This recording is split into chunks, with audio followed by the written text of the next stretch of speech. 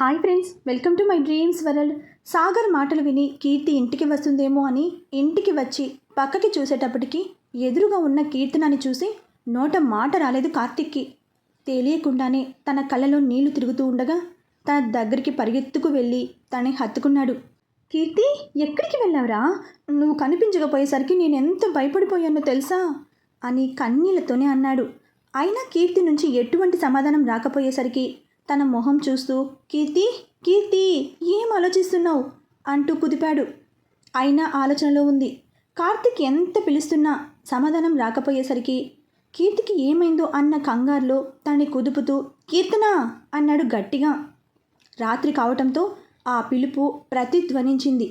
పూజ, రామ్ కీర్తి కోసం ఆలోచిస్తూ పడుకోకుండా ఉండటంతో ఆ అరుపుకి బయటకు వచ్చి చూశారు. అక్కడ కీర్తిని చూసి పూజ సంతోషంగా పరిగెత్తుకుని వచ్చి హత్తుకుంది. రామ్ కూడా కీర్తనని చూడగానే గుండెల్లో బాధ దిగిపోయినట్టు అయిపోయింది. కీర్తి, ఎక్కడికి వెళ్ళావే? ఎంత కంగారు పడిపోయామో తెలుసా? ఎక్కడికైనా వెళ్తే చెప్పమని ఎన్నిసార్లు చెప్పాను, విన్నావా నా మాట అంటూ ఏడుస్తూ ఉండిపోయింది పూజ. అయినా కీర్తి నుంచి ఎటువంటి సమాధానం రాకపోయేసరికి కీర్తి కీర్తి అంటుంది తనతో. అంతే, ఈ లోకంలోకి వచ్చిన కీర్తన అక్కడ కార్తిక్ని చూడగానే తెలియకుండానే కళ్ళలో నీళ్లు తిరిగి తన్ని హత్తుకోవాలి అనుకుని ఒక్క క్షణం ఆగి పూజాని హత్తుకుని తన గుండెల్లో ఉన్న బాధని బయటపెట్టింది. కీర్తన అలా ఏడుస్తూ ఉంటే ఏమైందో అర్థం కాక అయోమయంగా చూస్తూ ఉండిపోయారు అందరూ. కీర్తి, ఏమైంది? ఎందుకు ఏడుస్తున్నావు? అసలు ఎక్కడికి వెళ్ళావే చెప్పా పెట్టకుండా అంది పూజ. పూజ, తను ఇప్పటికే భయపడిపోయి ఉంటుంది చూడు, అందుకే ఎలా ఏడుస్తుందో. ముందు తనని లోపలికి తీసుకుని పదా అన్నాడు రామ్. అలాగే అంటూ కీర్తనాన్ని ఓదార్చి లోపలికి తీసుకుని వెళ్ళి సోఫాలో కూర్చోపెడుతుంది. కార్తిక్కి కీర్తనాన్ని అలా చూసి పాపం చాలా భయపడిపోయి ఉంటుంది అనుకుంటూ వాళ్ళ వెంట లోపలికి వెళ్తాడు. కీర్తి లోపల కూర్చొని ఆలోచిస్తూనే ఉంది. అసలు ఏమైందే? ఎక్కడికి వెళ్ళావు? మేమెంత కంగారు పడ్డామో తెలుసా అంటూ చెప్పుకుంటూ పోతుంటే కీర్తి మాత్రం లోపలికి వస్తున్న కార్తిక్ని చూస్తూ ఉండిపోతుంది. పూజ, ముందు దానికి ఏమైనా పెట్టు, చూడు ఎలా బిగుసుకుపోయిందో భయంతో అన్న రామ్ మాటలకి ఇప్పుడే తీసుకొస్తాను అని లేస్తూ ఉంటే పూజ, ప్లీజ్ నన్ను ఒంటరిగా వదిలి ఎక్కడికి వెళ్ళకు అంది కీర్తన. ఏమైందే? ఎందుకు అంత కంగారుగా ఉన్నావు అంది పూజ. కీర్తి భయం అర్థమైన కార్తీక్, పూజ తన్ని పైకి తీసుకెళ్ళు, ఏమైనా ఉంటే మనం రేపు మాట్లాడుకుందాం అన్నాడు కార్తీక్. సరే అని తన గదికి తీసుకెళ్ళి తనకి తోడుగా పడుకుంది. తను వచ్చేసింది కదా, ఇంక మీరు కంగారు పడకండి అన్నాడు రామ్ కార్తీక్తో. సరే, నువ్వు వెళ్ళి రెస్ట్ తీసుకో, నేను సాగర్కి ఫోన్ చేసి చెప్తాను, లేకపోతే కంగారు పడతాడు కదా అని సాగర్కి ఫోన్ చేసి ఆలోచిస్తూ ఉండిపోయాడు. ఆ రాత్రి పూజ, రామ్కి తప్ప కార్తీక్, కీర్తికి నిద్ర లేదు. ఎవరి ఆలోచనలో వాళ్ళు పడుకోవటానికి ప్రయత్నిస్తున్నారు. రాత్రి ఆలస్యం అవటంతో ఎవరూ నిద్ర లేవలేదు. కాలింగ్ బెల్ అదే పనిగా కొడుతూ ఉండటంతో లేచి డోర్ ఓపెన్ చేసి ఎదురుగా ఉన్న అనసూయ, సావిత్రులను చూసి అమ్మా ఎప్పుడు వచ్చారు అన్నాడు కార్తీక్. ఉదయం 6 అయింది నాన్న, మిమ్మల్ని ఎందుకు డిస్టర్బ్ చేయటమని ఊరుకున్నాం, కానీ మీరు ఎంతకీ లేవకపోయేసరికి మేమే వచ్చాం అంటూ ఉండగా బయటికి వచ్చారు రామ్ అలాగే పూజ. హో, అందరూ ఇక్కడే ఉన్నారా అంది అనసూయ. ఆంటీ, మీరెప్పుడు వచ్చారు? చాలాసేపు అయింది, కానీ కీర్తి ఎక్కడ ఉంది తల్లి అంది అనసూయ. అది రాత్రి అని ఏదో చెప్తూ ఉండగా రాత్రి బాగా లేట్ అయిందమ్మా, అందుకే పడుకున్నట్టుంది అన్నాడు కార్తీక్ మధ్యలో కలుగ చేసుకుని. పూజ వాళ్ళ వైపు చూసి తల అడ్డంగా ఊపుతాడు. సరే అని వాళ్ళు కూడా కామ్గా ఉండిపోతారు. కన్నా, మేము వెళ్ళిన దగ్గర నుంచి నువ్వు ఇక్కడే ఉన్నావారా? అసలు ఇంటికే వెళ్ళినట్లేదు అంది సావిత్రి. అది నువ్వే కదమ్మా అన్నావు, నీ కోడల్ని జాగ్రత్తగా చూసుకోమని, అందుకే ఇక్కడే ఉన్నా అన్నాను అని మరి ఇంత జాగ్రత్తగా చూసుకోవాలా నాన్న అని చెవి మెలిపెడుతుంది. అబ్బా అమ్మా, సరే నాన్న ఎక్కడా? ఇంట్లో ఉన్నారు, ఆఫీస్కి వెళ్ళాలంట, రెడీ అవుతున్నారు అంది. వీళ్ళు మాట్లాడుకుంటూ ఉండగా కీర్తి కిందకి వస్తుంది. అమ్మా అంటూ వచ్చి అనసూయను చుట్టేస్తుంది. తన ఏడుపు చూసి తల్లి, నేను వచ్చేసాను కదా, ఎందుకు ఆ ఏడుపు, కళ్ళు తుడుచుకో అని ఓదారుస్తుంది. అయ్యో కీర్తన, నువ్వు మేము ఒక 2 రోజులు లేకపోతే ఇలా ఏడుస్తారా ఎవరైనా అని కళ్ళు తుడిచింది సావిత్రి. తను బాధలో ఎక్కడ నిజం చెప్పేస్తుందో అని, వాళ్ళు ఎలా రియాక్ట్ అవుతారో అని భయంతో కవర్ చేయడానికి ట్రై చేస్తాడు కార్తీక్. అదేమీ లేదమ్మా, ఒక్కసారిగా మిమ్మల్ని చూసింది కదా, అందుకే అలా రియాక్ట్ అయింది అంతే. ఆంటీ, మీరు తనని జాగ్రత్తగా చూసుకోండి. అమ్మ పద, నాన్నతో మాట్లాడాలి అని అక్కడి నుంచి సావిత్రిని తీసుకుని వెళ్తూ ఒకసారి కీర్తి వైపు చూసి బయటికి వెళ్ళిపోయాడు. కీర్తి మౌనంగానే కార్తీక్ వైపు చూస్తూ ఉండిపోయింది. ఆంటీ, మేమింక బయలుదేరుతాము అంటూ అన్నారు పూజ, రామ్. ఎక్కడికి రా వెళ్ళేది? వెళ్ళి ఫ్రెష్ అయ్యి రండి, టిఫిన్ తిని ఇక్కడి నుంచి ఆఫీస్కి వెళ్తురు అంది అనసూయ. ఇంకా ఆవిడిని ఇబ్బంది పెట్టలేక సరే అంటూ పైకి వెళ్ళిపోయారు. అక్కడే నిల్చుని ఆలోచిస్తూ ఉన్న కీర్తిని చూసి, ఏంటి కీర్తి, ఇంకా ఏం ఆలోచిస్తున్నావు అంది అనసూయ. ఏం లేదు అన్నట్టు తల ఊపి పైకి వెళ్ళిపోయింది. వెళ్తున్న తననే చూసి పిచ్చి పిల్ల అనుకుంటూ లోపలికి వెళ్ళిపోయింది అనసూయ. కాసేపటికి టిఫిన్ చేసి ఆఫీస్కి బయలుదేరారు ముగ్గురు. కీర్తి మౌనంగా ఉండటంతో రాత్రి జరిగిన దానికి భయపడి ఉంటుంది అనుకుని వాళ్ళకి అడగాలి అని ఉన్నా అడిగితే ఏమవుతుందో, ఎలా రియాక్ట్ అవుతుందో అని కామ్గా ఉండిపోయారు ఇద్దరు. కీర్తి మౌనంగా తన క్యాబిన్లో కూర్చుని ఆలోచిస్తూ ఉంది. ఏంట్రా, ఎందుకు అలా ఉన్నావు అన్నాడు సాగర్ కార్తీక్ ఎదురుగా కూర్చుంటూ. ఏం లేదురా, కీర్తి గురించి ఆలోచిస్తున్నా అన్నాడు కార్తీక్. తన మొహంలో బాధ స్పష్టంగా తెలుస్తుంది సాగర్కి. తన మూడ్ మార్చాలని. కీర్తి గురించి ఏముందిరా, తను ఇప్పుడు బాగానే ఉందిగా అన్నాడు సాగర్. లేదురా, అసలు ఎక్కడికి వెళ్ళింది? నిన్న నీకు తెలుసా, నేను తనని అడుగుతుంటే ఏం చెప్పలేదు అన్నాడు కార్తీక్. అరే కార్తీక్, తను కొంచెం భయపడి ఉంటుంది, దానికే ఇంతలా ఆలోచించడం అవసరమా చెప్పు. కొంచెం తను కోలుకుంటే తానే చెప్తుంది అన్నాడు సాగర్. అంటూ, అవును, ఆ ముంబై పోలీసులతో మాట్లాడటానికి పర్మిషన్ వచ్చిందా? అది చెప్తామని వచ్చాను. ప్రస్తుతానికి ఫార్మాలిటీస్ అన్నీ పూర్తయ్యాయి, కానీ దానికి సైన్ మీ నాన్నగారే చెయ్యాలి. మరి ఇంకెందుకు ఆలస్యం? కానీ మొన్న మీటింగ్ ఆయన లేదు కదా, ఒకసారి నువ్వు మళ్ళీ కలిసి ఆయనకి కేసు గురించి చెప్తే సైన్ చేసేస్తారు, తర్వాత మనం ప్రొసీడ్ అవ్వచ్చు అన్నాడు సాగర్. సరే, కమిషనర్ గారితో మీటింగ్ అరేంజ్ చేయి. సరే అంటూ వెళ్ళిపోయాడు సాగర్. తను వెళ్ళిన తర్వాత కీర్తి గురించి ఆలోచిస్తూ ఉండిపోయాడు కార్తీక్. అసలు ఏమై ఉంటుంది? నిజంగానే తన ఫ్రెండ్ని కలవడానికి వెళ్ళి ఉంటుందా, లేక ఎవరైనా కిడ్నాప్ చేసి? లేదు, అలా చేస్తే తను మళ్ళీ అంత త్వరగా ఎలా తిరిగి వస్తుంది? అబ్బా, తల పగిలిపోతుంది. వీటన్నింటికి సమాధానం కీర్తినే చెప్పాలి అనుకుంటూ తనకి ఫోన్ చేశాడు. కీర్తన లిఫ్ట్ చేయకపోవడంతో పనిలో ఉంది అని ఊరుకున్నాడు.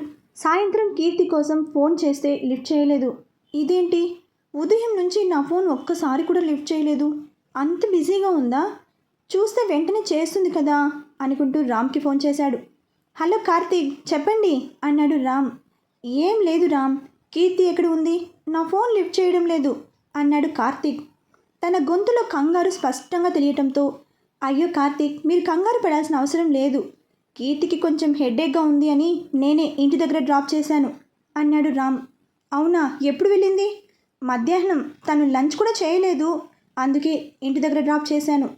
అవునా, సరే థ్యాంక్స్, బాయ్ అని ఫోన్ పెట్టేసి, అంత బాగోకపోతే నాకే చెప్పొచ్చుగా అనుకుంటూ ఇంటికి బయలుదేరతాడు. ఇంటి ముందు జీప్ ఆపి ఎదురుగా కీర్తి బాల్కనీ వైపు చూస్తూ ఉన్నాడు. లోపలికి వెళ్ళాలా వద్దా అనుకుంటూ. వెళ్తే సంస్కారం కాదేమో అని అలానే చూస్తూ ఉన్నాడు. పాపం ఇప్పుడు ఎలా ఉందో కీర్తి, అసలు ఏమైనా తిన్నదో లేదో అనుకుంటూ లోపలికి వెళ్ళిపోయాడు. ఫ్రెష్ అయ్యి కిందకి రాగానే, ఏంటి నాన్న అలా ఉన్నావు అంది సావిత్రి టేబుల్ సర్దుతూ. ఏం లేదమ్మా, కొంచెం తలనొప్పిగా ఉంది, కాఫీ ఇస్తావా అన్నాడు చిన్నగా. అవునా, ఉండు ఇప్పుడే తెస్తాను అంటూ వంటగదిలోకి వెళ్ళి స్ట్రాంగ్గా కాఫీ కలుపుకుని వచ్చి ఇచ్చింది. ఇప్పుడు ఎలా ఉంది నాన్న అంది. ఇప్పుడు బాగానే ఉందమ్మా అంటూ తల్లి ఒడిలో పడుకున్నాడు కార్తీక్. మెల్లగా తల నిమురుతూ ఉంటే హాయిగా అనిపించి అలానే కళ్ళు మూసుకున్నాడు. కీర్తితో ఏమైనా గొడవ పడ్డావా అంది మెల్లగా. ఊహు అని తల ఊపి, నీకెందుకు అలా అనిపించింది అన్నాడు కళ్ళు మూసుకునే. ఒకసారికి 10 సార్లైనా కలిసి మాట్లాడుకుంటారు కదా, అలాంటిది ఈరోజు అది ఒక్కసారి కూడా ఇంటికి రాలేదు. అలాగే ఉదయం కూడా అత్తమ్మ అని పలకరించలేదు కూడా. అందుకే అడిగాను ఏమైనా గొడవ అయ్యిందో ఏమో అని అంది కొడుకు తల నిమురుతూ. గొడవ ఏం కాలేదమ్మా, కీర్తికి హెల్త్ బాగోలేదంట, రామ్ ఫోన్ చేసి చెప్పాడు. మధ్యాహ్నం కూడా ఏమి తినలేదంట, ఇప్పుడు తనకి ఎలా ఉందో అని ఆలోచిస్తున్నా అన్నాడు పైకి లేచి కూర్చుని. అయ్యో రామ, ఉదయం కూడా నీరసంగా కనిపించిందిరా, అప్పుడే అనుకున్నా తనకి ఏదో అయ్యింది అని. "మ్మ్" అని తల ఊపి ఊరుకున్నాడు. మరి మాట్లాడావా? ఇప్పుడెలా ఉందంట? ఫోన్ లిఫ్ట్ చేయడం లేదు.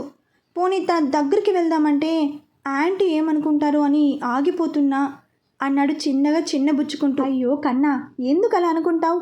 ఆవిడ లేనప్పుడు నువ్వు వెళ్తే తప్పు, కానీ ఆవిడ ఉన్నప్పుడు, అది కూడా కీర్తనకి బాగోలేదని కనుక్కోవటానికి వెళ్తే ఏమనుకోరు.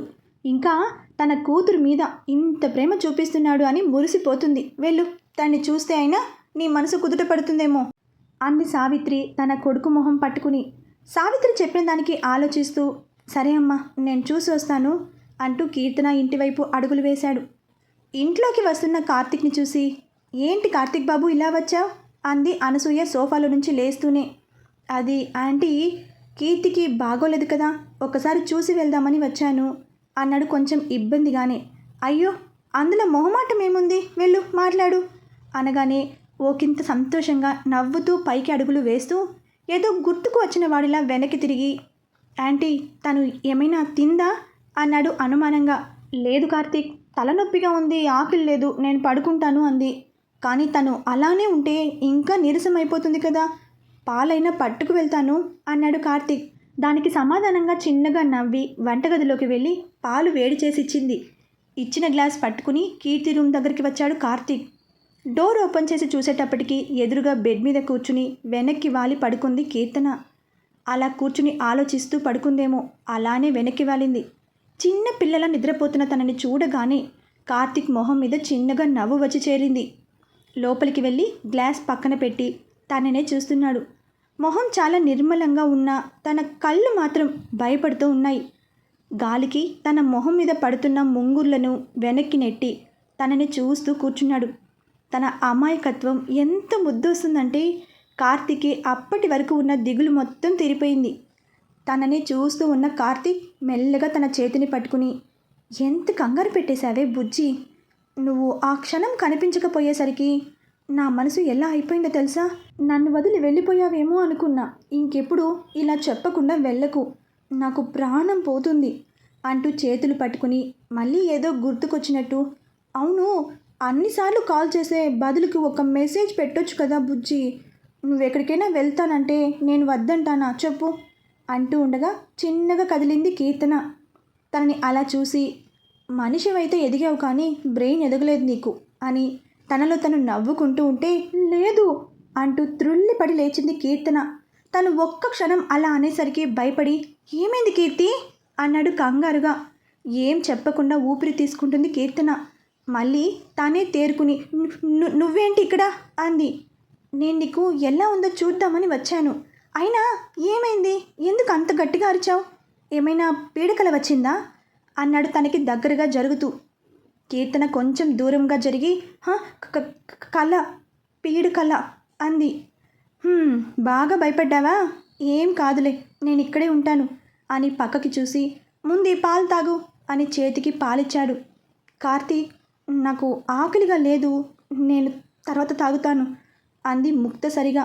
అదేమీ కుదరదు, ముందు తాగాల్సిందే అని బలవంతంగా తాగిచ్చి టాబ్లెట్ ఇచ్చాడు.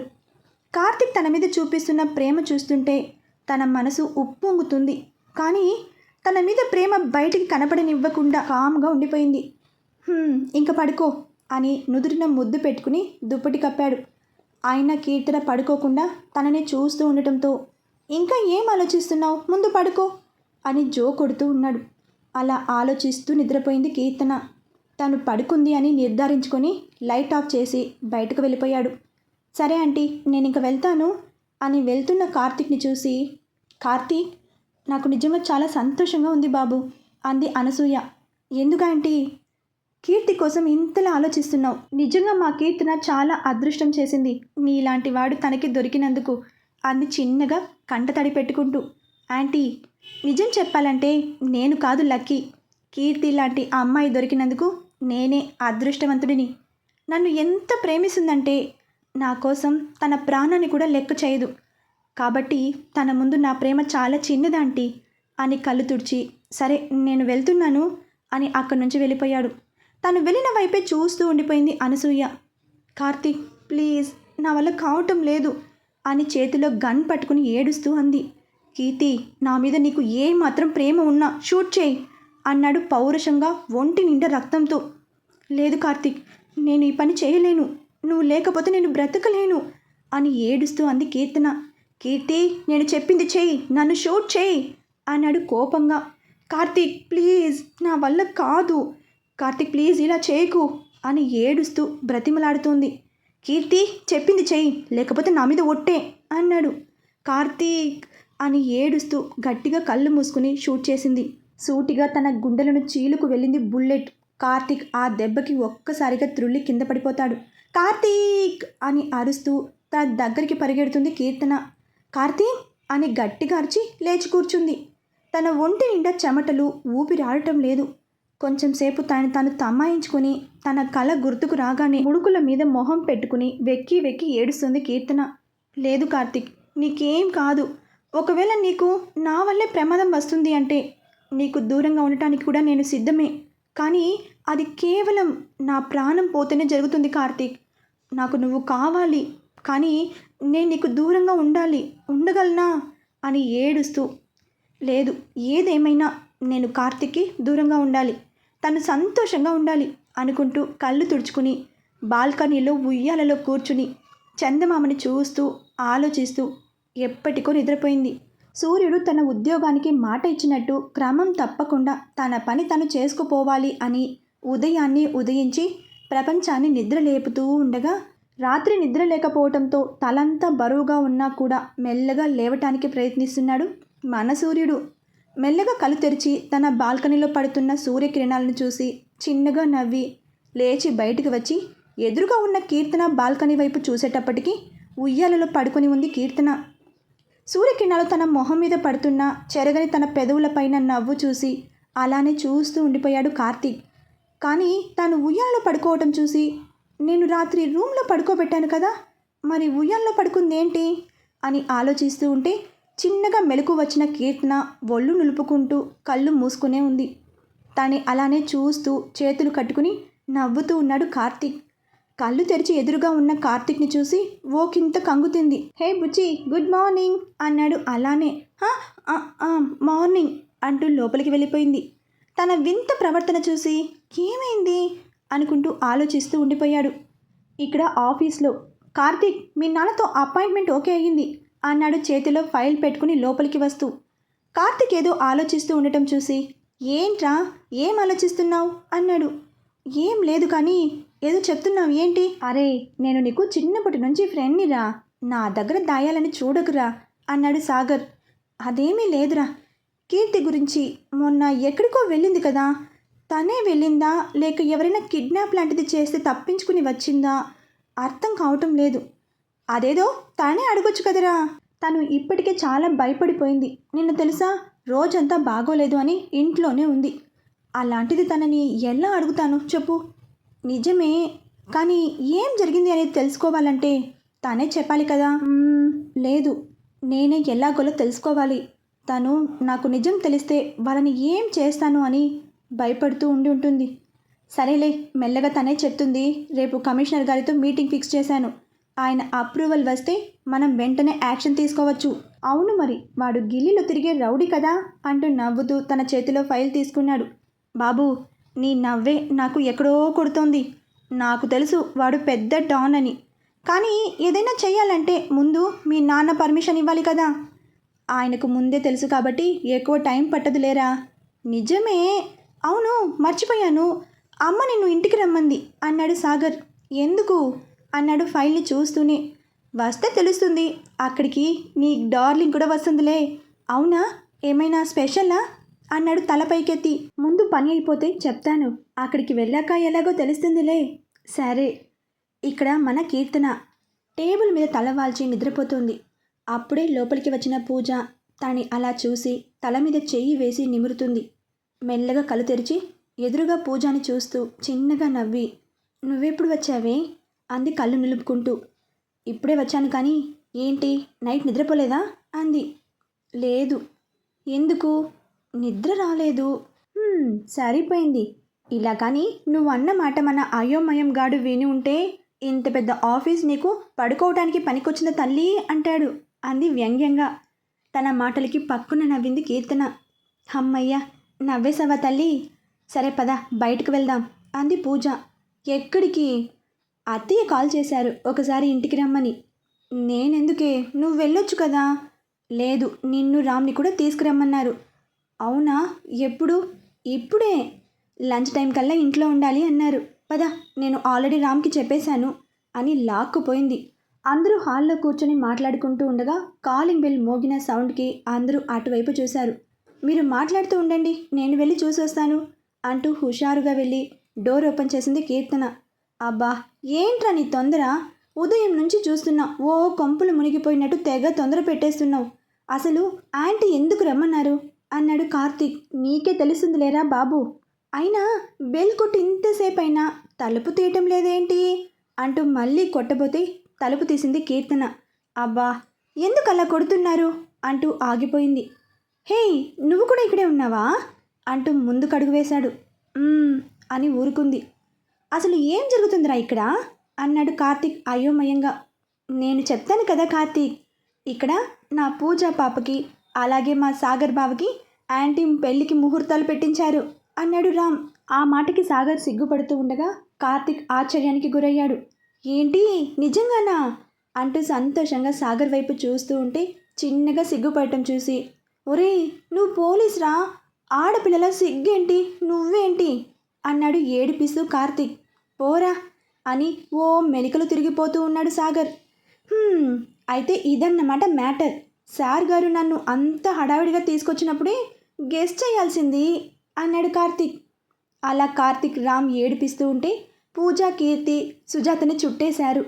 కార్తీక్, వాడిని ఏడిపించింది చాలు, కానీ నేను మిమ్మల్ని ఎందుకు పిలిచానో తెలుసుకోవా అంది సుజాత. ఎందుకంటే అన్నాడు కార్తీక్ అందరూ సోఫాలో కూర్చుంటూ ఉండగా. నాకు సాగర్ అంతా చెప్పాడు.